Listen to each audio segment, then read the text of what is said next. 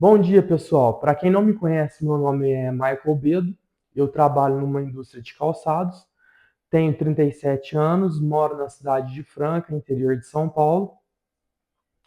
E eu estou vindo aqui hoje para falar um pouco da minha adicção, né? Muitas pessoas não sabem que eu sou adicto.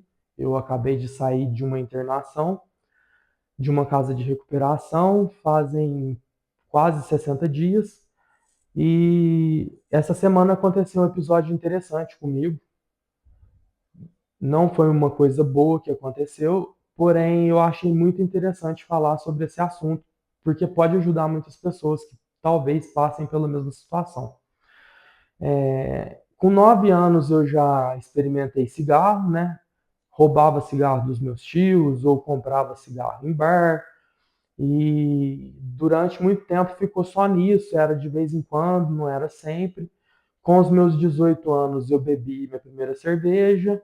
Depois de um tempo eu tinha banda de rock, então eu achei conveniente experimentar maconha. E daí por diante eu cheirei cocaína, né? Não cheguei a experimentar crack, graças a Deus. Porém, nós sabemos que não existe diferença entre adicções, não existe diferença entre drogas, né? O que existe é a diferença entre níveis de adicção. Então, vamos lá. Um adicto é uma pessoa que tem alergia a substâncias químicas, né? A droga é toda substância que altera o comportamento, o humor ou o modo de pensar do ser humano. Logo, o álcool também é uma droga. Por mais que a pessoa que beba tenha um certo controle sobre esse vício, né? Ele não beba todo dia, ele não falte do serviço. Nós adictos falamos que a adicção é a doença do ainda, né? Então, hoje, o adicto de álcool, né, o viciado em álcool, ele pode sim ter um controle, ele pode não estar bebendo todos os dias, ou ele pode beber todos os dias, mas não faltar ao serviço. Porém, ela é uma doença do ainda, porque a adicção é uma doença progressiva, incurável e fatal. Então, ele ainda não chegou no nível de beber todos os dias, ele ainda não chegou no nível de faltar do serviço, etc, né? Vou falar resumidamente porque o foco desse vídeo é outro.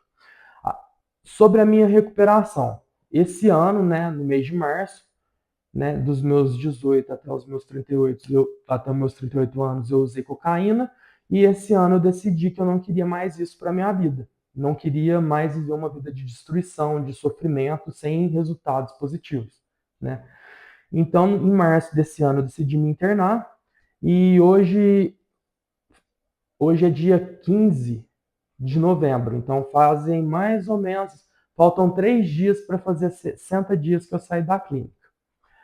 E essa semana aconteceu um episódio muito ruim comigo e eu estou fazendo esse vídeo para expor um pouco desse episódio, para ajudar outros adictos que possam passar por essa dificuldade e também seus familiares, né, as pessoas que amam e que querem que o adicto permaneça em recuperação.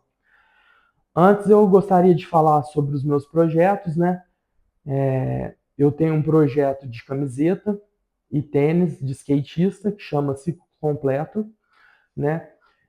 Tenho o meu projeto de músicas cristãs de autoria própria, onde eu componho, gravo as músicas, né, para levar a palavra de Deus para quem queira ouvir. E eu também estou escrevendo um livro sobre a minha vida, né? No ano passado eu estava escrevendo um livro sobre matemática, chama Manual de Matemática Básica.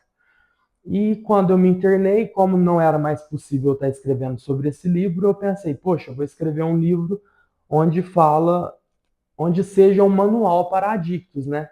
Porque na clínica onde eu me internei, eu aprendia tanta coisa e ouvia tantas frases de efeitos que eu achei que era necessário, né? Eu acreditei ser necessário ter isso por escrito, anotado, porque eu não seria capaz de lembrar de tudo nas horas necessárias, né?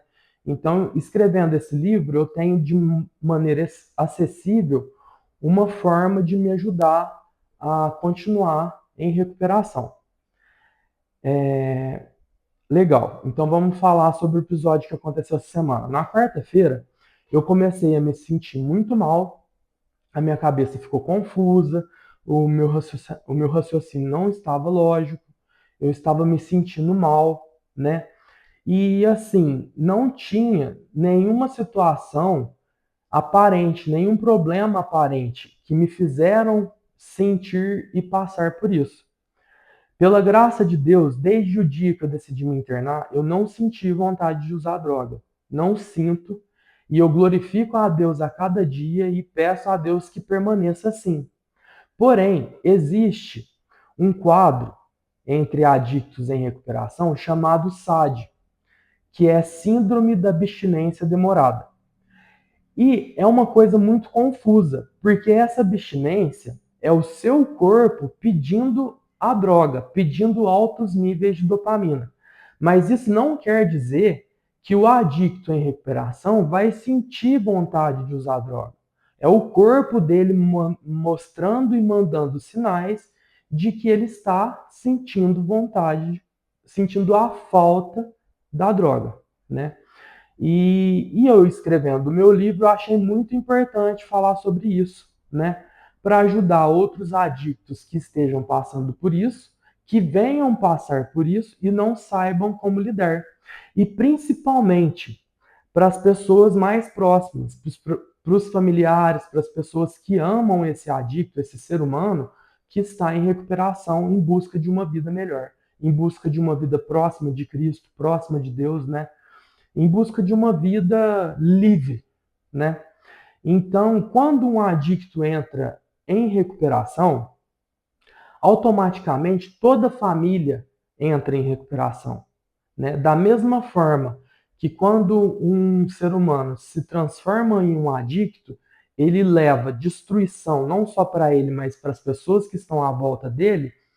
Da mesma maneira como quando esse adicto decide se recuperar, ele vai precisar do apoio da família e futuramente ele vai gerar bênçãos, ele vai gerar coisas produtivas, coisas boas, bons frutos, não só para ele, mas para todas as pessoas que estão ao seu redor.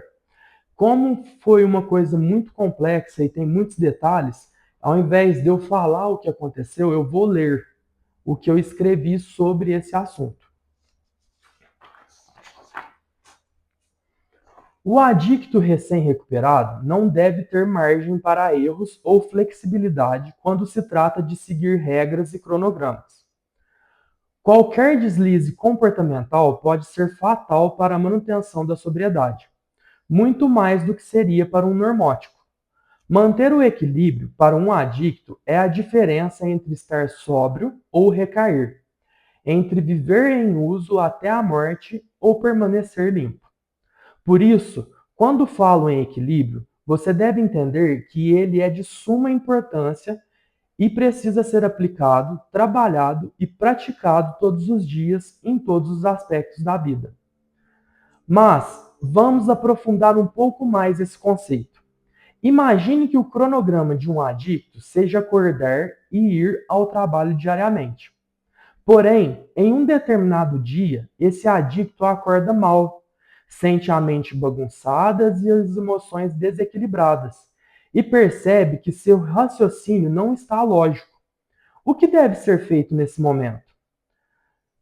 Seguir o cronograma com rigidez absoluta, ignorando completamente o estado psicológico do adicto? Eu digo a você que não. Durante pelo menos o primeiro ano de recuperação, o adicto precisa de atenção total, não apenas às responsabilidades e ao cumprimento do cronograma, mas também e principalmente à sua parte emocional. A estabilidade emocional deve ser sempre a primeira preocupação. Se o adicto está bem, ele deve sim seguir à risca o cronograma e suas responsabilidades. Porém, se estiver desequilibrado, o mais importante é que ele tenha tempo e espaço para organizar seus sentimentos, compreendê-los e se estabilizar antes de enfrentar o dia. As pessoas que o acompanham na recuperação precisam ter extremo cuidado com julgamentos e palavras nesses momentos delicados. Uma frase mal colocada pode ser o gatilho que empurra o adicto para a recaída. E uma recaída não coloca em risco apenas a sobriedade, pode custar a própria vida, seja por overdose ou por um retorno violento ao uso.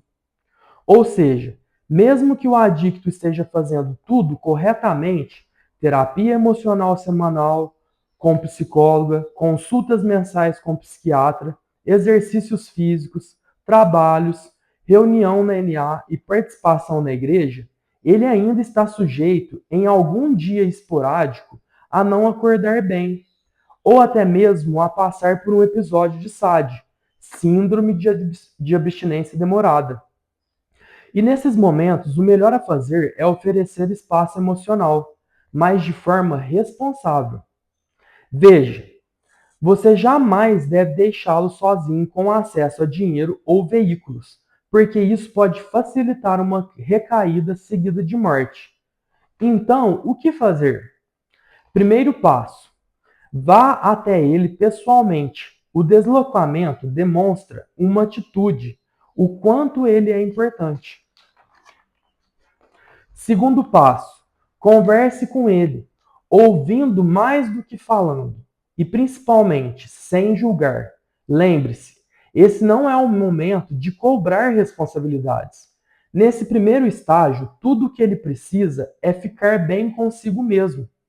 Seja apoio, seja acolhimento. Depois que ele estiver estabilizado, a vida volta ao normal e vocês poderão conversar sobre responsabilidades e ajustes, sempre de forma respeitosa. Porque, apesar de que o adicto carregue o estigma de nóia, ele é, antes de tudo, um ser humano, um filho de Deus, merecedor de misericórdia e respeito.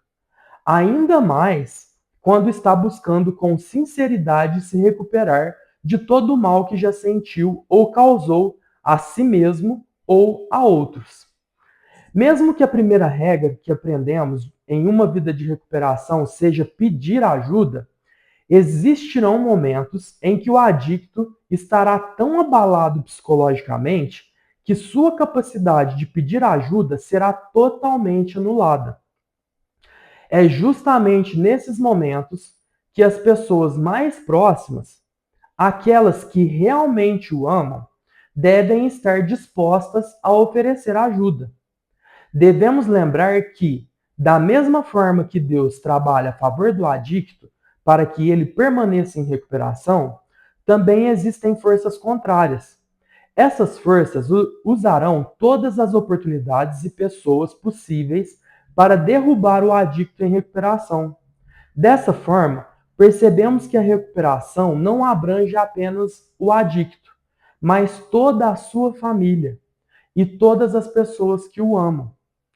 Uma palavra, uma atitude, nesses momentos críticos, podem mudar o rumo de uma vida.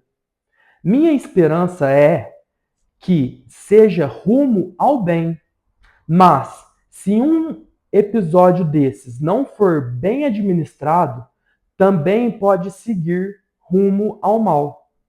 Em Cristo, todos nós devemos abraçar a responsabilidade de gerar o bem, não apenas em nossas próprias vidas, mas também na vida dos nossos irmãos e principalmente daqueles que amamos. Por mais que o adicto em recuperação pareça forte ou equilibrado na maior parte dos dias, haverá momentos em que ele precisará de ajuda. E em alguns casos, ele não terá forças nem mesmo para pedir. Escrevo isso com a esperança de que a família e as pessoas próximas estejam dispostas a ajudar, ou, no mínimo, a não piorar a situação. Afinal, essa postura pode ser a diferença entre a vida e a morte, entre a permanência na recuperação ou a recaída seguida de overdose. Então, pessoal, o que aconteceu comigo foi exatamente isso. Na quarta-feira eu comecei a ter uma sensação ruim, né? A minha cabeça ficou instável, meu sentimento ficou instável. Eu não estava entendendo o que estava acontecendo comigo. Eu não senti nenhum momento vontade de usar droga, porém eu não estava bem e não havia motivo aparente para que eu estivesse mal. E nesses momentos, o que acontece? Como eu disse, da mesma forma que Deus trabalha para o nosso bem, né? Não só para os adictos, mas para todas as pessoas do mundo, né? Mas no caso, como nós estamos falando de adicção, é, nesses momentos, Deus trabalha para que o adicto, para eu como um adicto em recuperação, permaneça em recuperação, né? E como é que ele trabalha? Ele me dá armas, ferramentas para que eu continue em recuperação. Então, no meu caso, eu gosto de me isolar um pouco, né? Não é um isolamento, né? Eu gosto de me isolar durante um período, um tempo, 1 hora, 2 horas, 5 horas, 8 horas, vai depender da necessidade de cada pessoa, né? Claro que durante esse tempo podem haver ligações, podem haver visitas, mas eu preciso de um tempo para que eu entre dentro de mim e perceba o que está acontecendo comigo, né? Porque essa vida que eu estou vivendo agora, uma vida de recuperação, é uma vida nova, né? Eu não sei ainda como o meu corpo funciona totalmente. Eu não sei como os meus sentimentos funcionam totalmente. Por isso, eu tenho a ajuda da psicóloga, tenho a ajuda do psiquiatra, tenho a ajuda da minha esposa, tenho a ajuda do meu pai, da minha tia, das pessoas que me amam, né? Elas me ouvem, elas conversam comigo e etc. Então, o importante aqui é manter a calma, né? Buscar o seu poder superior, buscar estar orando, buscar partilhar, né? Só que vai haver momentos que aquilo que eu tô sentindo é tão forte que o meu poder, a minha habilidade de pedir ajuda, ela é anulada.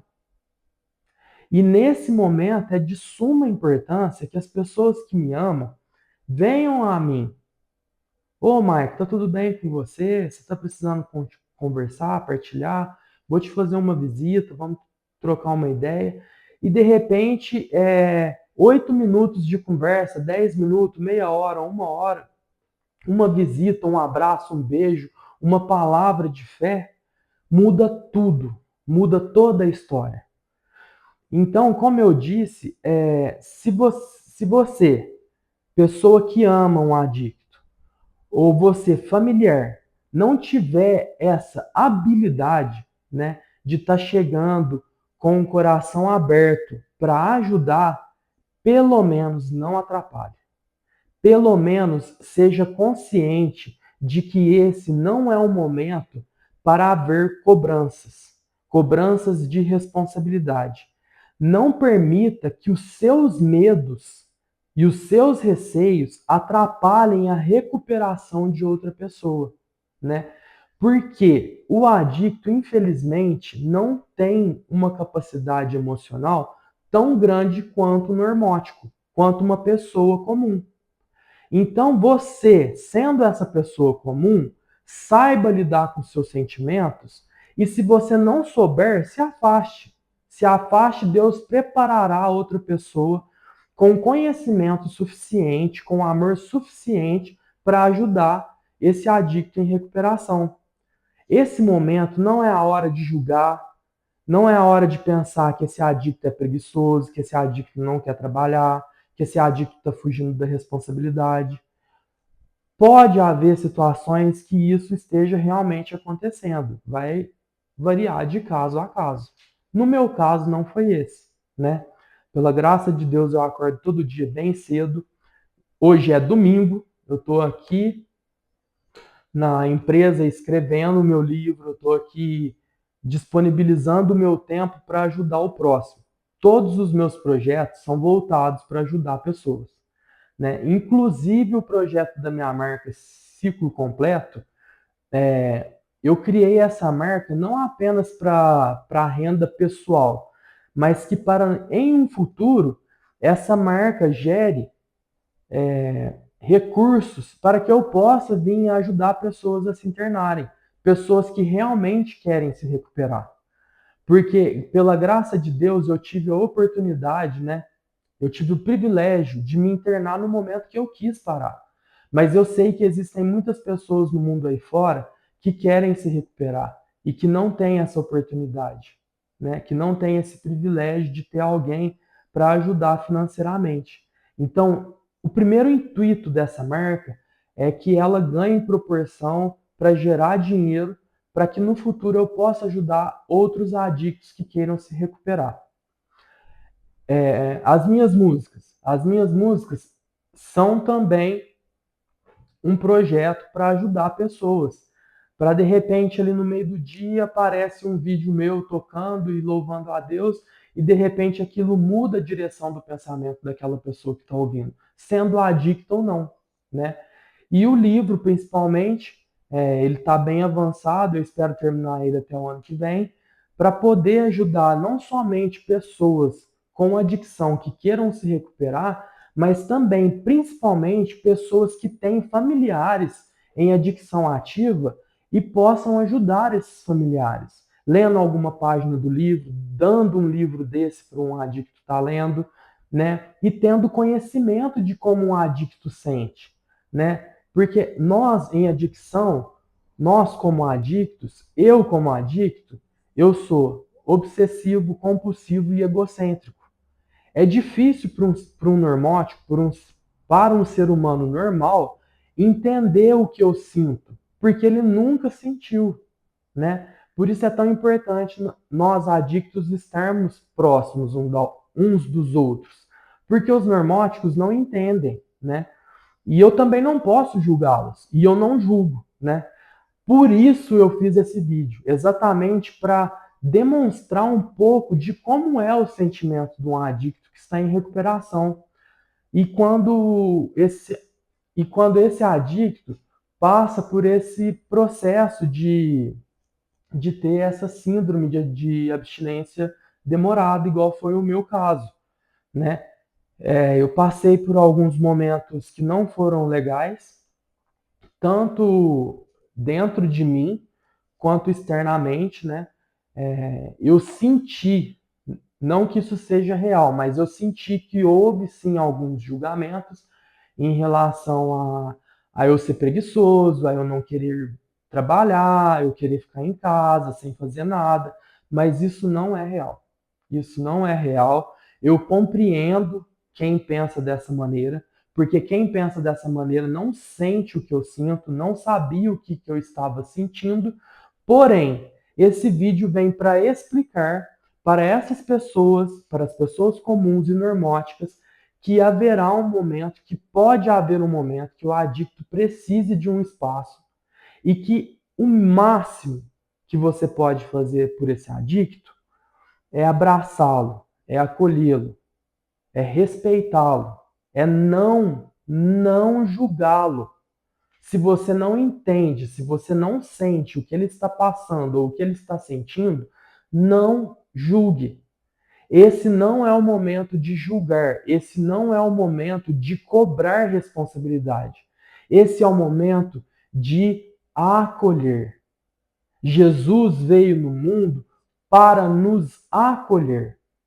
E com o amor e o acolhimento de Jesus, ele transformou vidas, ele transforma vidas, né? Você que ama um adicto, eu sei que não é a sua responsabilidade fazer isso.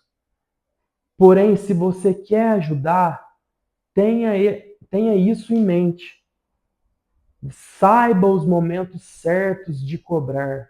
Saiba os momentos certos de falar. E saiba os momentos certos de ouvir, de acolher, de amar. É para você que ainda não aprendeu. E se você, como um ser humano normótico, como uma pessoa que ama um adicto e que quer que ele continue em recuperação, não tenha essa habilidade, apenas se afaste. Não venha trazer mais problemas, porque eu falando de mim, já estava sendo extremamente difícil lidar com aquela situação dentro de mim, lidar com aquele sentimento dentro de mim. O que eu mais precisava naquele momento era paz e acolhimento. Já que, de repente, eu não tive acolhimento, pelo menos que eu tivesse paz para eu e Jesus trabalharmos isso dentro de mim, até o momento de eu estar bem. Que pela graça dele passou, sem, sem eu ter recaído, e isso para mim é motivo de muita alegria, né? É um motivo de muita glória. Foi mais um obstáculo que eu venci diante de tantos que terão daqui para frente. Foi mais uma oportunidade que eu tive de exercitar as habilidades que eu adquiri durante o meu tratamento.